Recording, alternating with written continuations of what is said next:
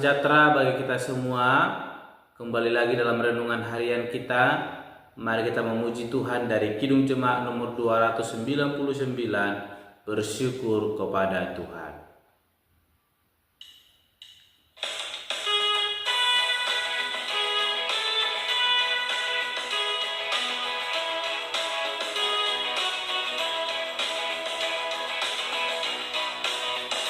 Bersyukur kepada Tuhan, bersyukur kepada Tuhan, sebab Ia baik. Bersyukur kepada Tuhan.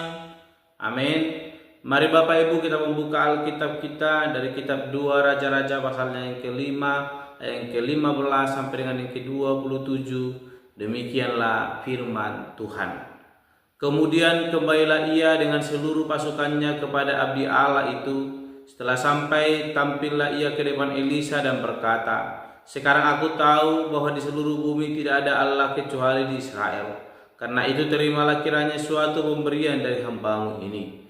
Tetapi Elisa menjawab, "Demi Tuhan yang hidup, yang di hadapannya aku menjadi pelayan, sesungguhnya aku tidak akan menerima apa-apa." Dan walaupun Naaman mendesaknya supaya menerima sesuatu, ia tetap menolak.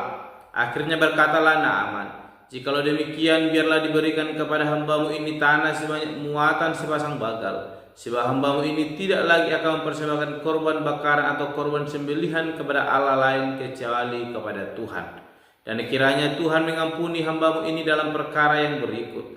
Apabila Tuanku masuk ke kuil Rimon untuk sujud menyembah di sana, dan aku menjadi pengapitnya, sehingga aku harus ikut sujud menyembah dalam kuil Rimon itu, kiranya Tuhan mengampuni hambamu ini dalam hal itu." Maka berkata Elisa kepadanya, "Pergilah dengan selamat." Setelah Naaman berjalan tidak berapa jauh daripadanya, berpikir lagi Haji bujang Elisa, abdi Allah, "Sesungguhnya Tuanku terlalu menyegani Naaman, orang Aram ini, dengan tidak menerima persembahan yang dibawanya. Demi Tuhan yang hidup, sesungguhnya aku akan berlari mengejar dia dan akan menerima sesuatu daripadanya."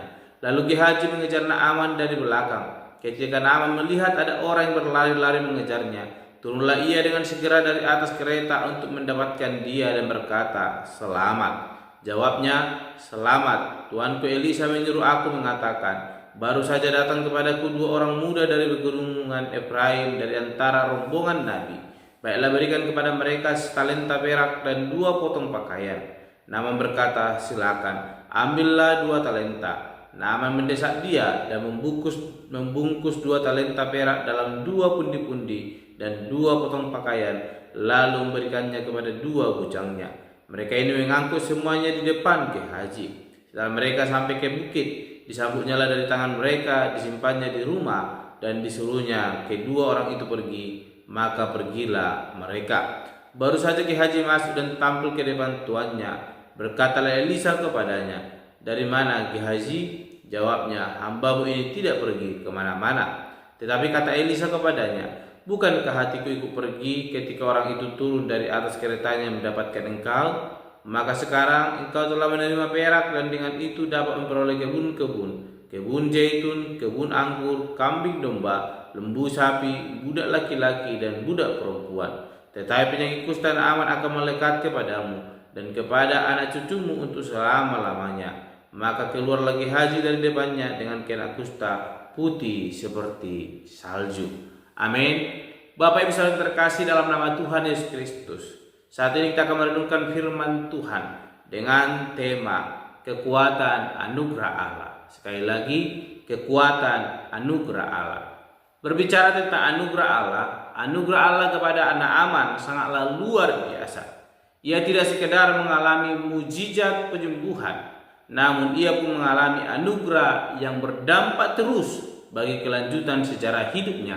Karena dikatakan tubuhnya pulih kembali seperti tubuh seorang anak. Kalau kita membaca dalam 14 Bapak Ibu, ketika Naaman telah mandi sebanyak 7 kali di sungai Yordan, dikatakan yang ke-14 bahwa lalu pulihlah tubuhnya kembali seperti tubuh seorang anak dan ia menjadi tahir.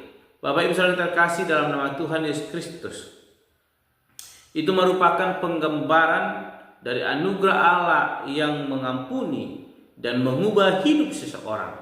Karena pada zaman itu penyakit kusta diyakini sebagai hukuman Allah atas dosa manusia. Ini terbukti bagaimana terjadi kepada Gehazi ketika Naaman setelah mengalami kesembuhan itu, mengalami anugerah yang daripada Tuhan Allah. Dia pergi menjumpai Elisa, hendak memberikan ucapan terima kasih sebagaimana yang telah dia bawa ketika dia ingin mengalami kesembuhan daripada Elisa. Dan ketika dia sembuh, dia ingin memberikan itu kepada Elisa, baik itu ada perak, ada pakaian yang bagus-bagus. Namun Elisa menolak, sekalipun Naaman telah memaksa supaya Elisa menerima itu. Namun kita melihat Elisa menolak itu. Karena apa? Elisa adalah seorang nabi atau hamba Allah yang boleh dipakai Tuhan sebagai perpanjangan anugerah Allah untuk memberkati Naaman. Sehingga ketika Naaman mengalami anugerah Allah, ada perubahan hidup yang luar biasa.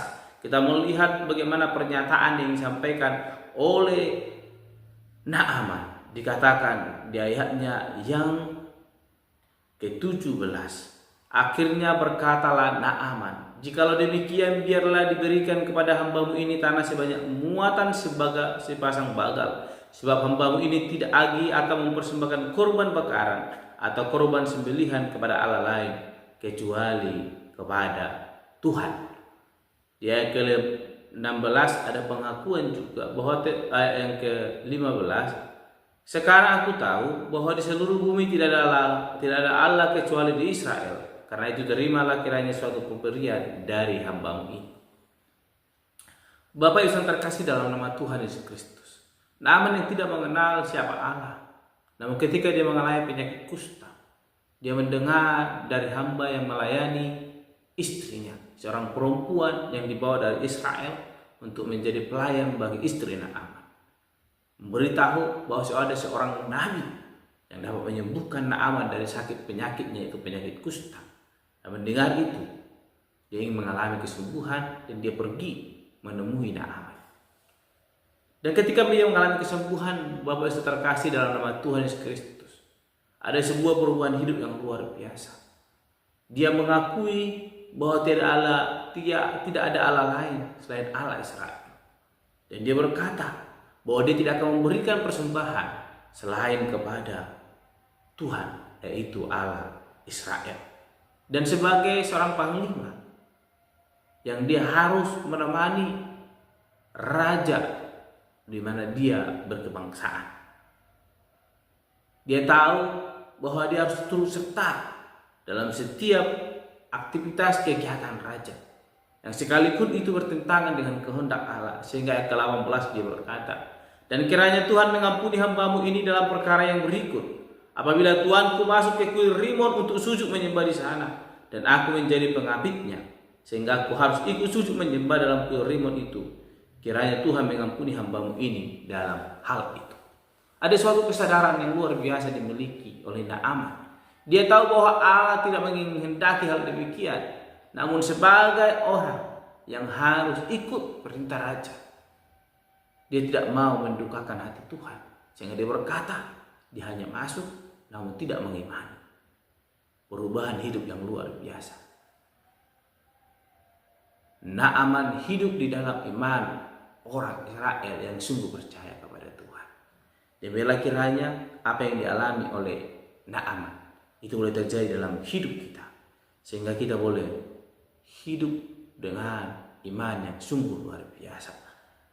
Bapak Ibu yang terkasih, kesembuhan yang dialami oleh Naaman mengubah identitasnya. Dia menjadi seorang yang mengenal Tuhan, maka memiliki karakter hidup yang baru. Hidupnya diwarnai dengan ucapan syukur kepada Allah yang dinyatakan dengan desakannya kepada Elisa untuk boleh menerima persembahan atau pemberiannya. Namun kita melihat Bapak Ibu yang terkasih dalam nama Tuhan Yesus Kristus, Elisa menolak hal demikian. Sehingga Naaman juga menyadari bahwa hidupnya secara penuh bergantung kepada kemurahan Allah. Karena masih ada hal-hal yang belum mampu ditinggalkannya, seperti yang saya katakan tadi.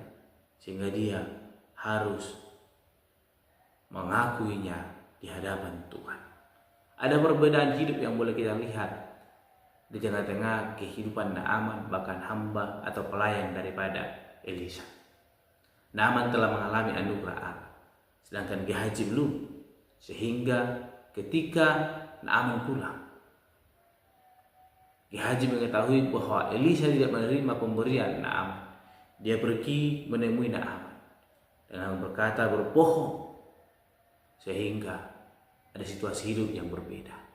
Naaman yang mengalami anugerah Allah, dia sungguh percaya kepada Tuhan Allah. Ada pembaharuan hidup dari yang tidak mengenal dan percaya. Namun Gehazi, dia mengenal, namun dia belum mengalami anugerah Allah, sehingga dia hidup dalam keberdosaan.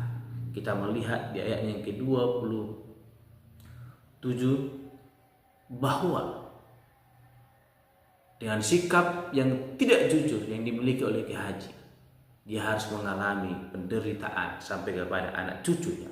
Jika yang ke-27, tetapi penyakit kusta Naaman akan melekat kepadamu dan kepada anak cucumu untuk selama-lamanya.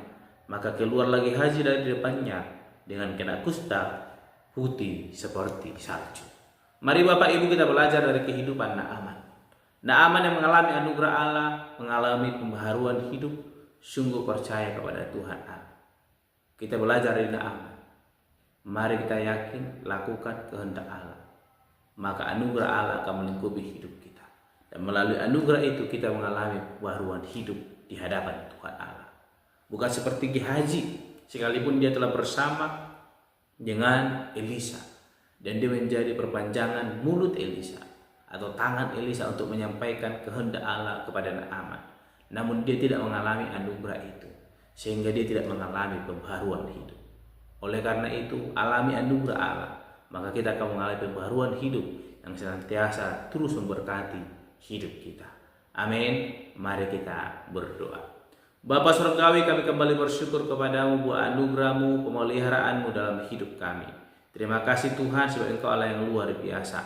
Bila kiranya kami boleh mengalami anugerah yang daripada Allah, sehingga hidup kami mengalami pembaharuan dan saya terus boleh bersyukur kepada Tuhan Allah. Terima kasih Bapa. Dan Tuhan kami berdoa dan menutup renungan pada hari ini. Haleluya. Amin. Shalom Bapak Ibu. Tuhan Yesus memberkati.